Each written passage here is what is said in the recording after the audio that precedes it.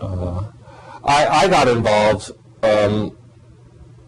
back in 2000. I had said I was in addiction medicine. I was actually the chief of what was then known as the Smithers Addiction Treatment and Research Institute in Roosevelt Hospital, New York City. But when I left there,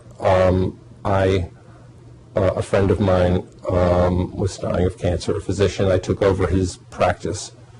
I was suddenly out of work, and he needed help. His patients needed help. His name was Dr. Peter Zalagi, who died in 2001, just before the planes. So I suddenly went from being surrounded by this huge medical empire. I mean, in retrospect, I felt so bulletproof. And I was also in addiction medicine, not pain medicine. So that I had a number of pain. I always treated pain patients because my mentor, Dr. Ann Geller, who preceded me at Smithers, taught me very early in my career that addiction medicine doctors understood these medications. We weren't afraid to use them. And patients would come to us, either referred to us as addicts who were really pain patients, or they would end up in our laps because nobody else would treat them. And because we knew how to treat them, we could do it, we should do it, and we're obligated to do it. So that was how I was taught that addiction medicine doctors should always have a small panel, or will naturally develop a small panel of chronic pain patients. And I did, and by the way, treating chronic pain was a lot of fun. I mean, there's things you do in medicine and situations you encounter which are more or less enjoyable. I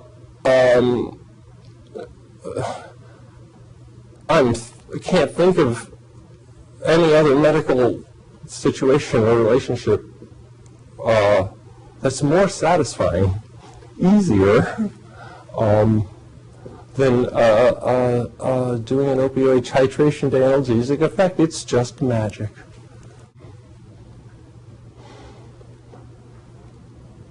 I don't practice anymore. I was never arrested. I was never sued. I was never threatened. As far as I know, the DEA never noticed me. I still have my medical license in New York and my DEA license, but I have not used them.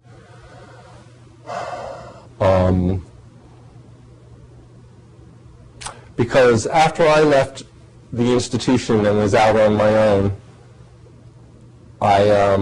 and Peter Zalagi, his practice was psychopharmacology. He had a lot of pain patients, and he treated a lot of addiction. So I suddenly found myself being an addiction specialist with now a quite a bit larger panel of pain patients, and I'm also getting referrals from my ex-institution, Roosevelt Hospital, are sending me all the difficult patients. The patients who have signs and symptoms of substance abuse and also seem to have chronic pain. So I'm now seeing these all by myself in my solo office. And I'm also feeling a little over my head.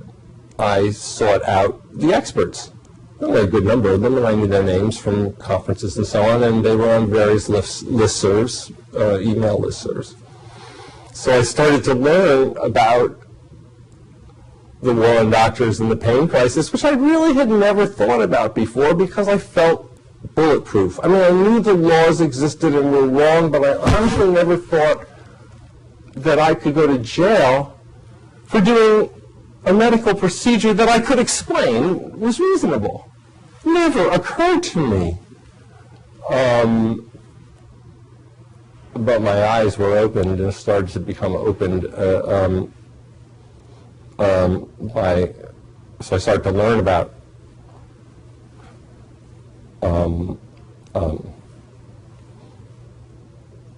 this horrible history, which I've very well documented on the web for everybody.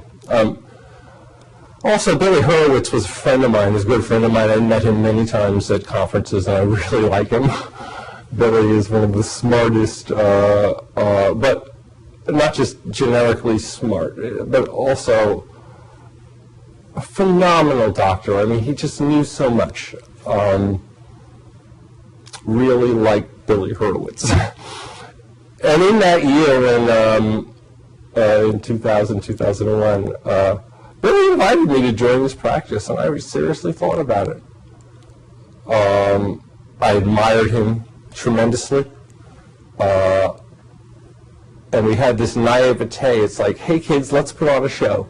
I'll do the pain medicine, Alex, and you'll handle the addiction, and it'll be really high quality. You know, life happens, and my wife couldn't make that move professionally, and the planes hit, and I ended up in public health school, and it didn't happen. And if it had happened, I'd be in jail with Billy right now.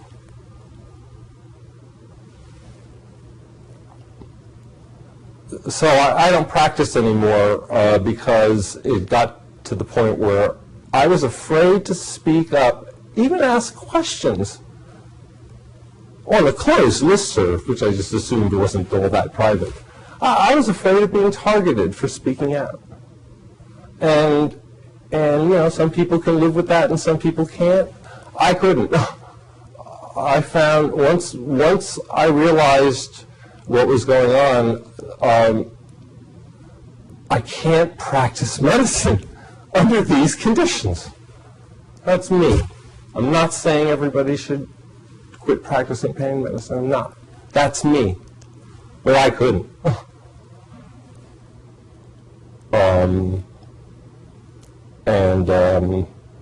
It's a problem. This is not just a personal story that I'm telling you. I said I had some personal experience defending docs, most recently in the case of Dr. Rosa Martinez in Washington. And I told you before how unfair I thought these federal prosecutions were. Let me give you an example now. This is a lay jury. These aren't doctors.